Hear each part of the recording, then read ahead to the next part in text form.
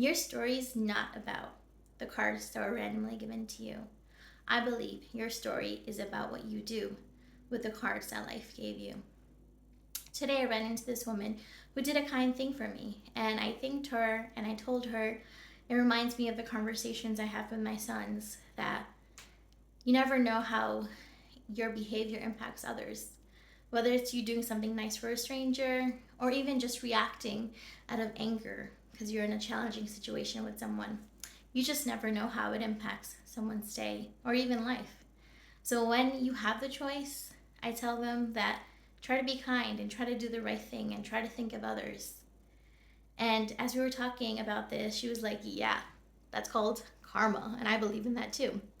And I was like, I see a lot of bad things as a human living in this world as well as being a psychologist. So I'm like, I don't know if I believe in karma. And then she was like, well, I see karma like this. When you do good, hopefully good things happen to you as well, and that's how the world goes around. And then she added, maybe if it wasn't for everything that happened to her, that challenged her, she wouldn't be as strong as she is now. I thought about what she said. Really, I reacted and I was like, well, I don't want to be this strong. I promise you. I know I'm strong, but this is not what I would choose.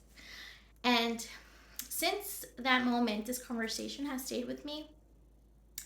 And I, was thinking about how so much of my work, my research, my clinical work relates to complex trauma and trying to find ways of helping people with complex trauma.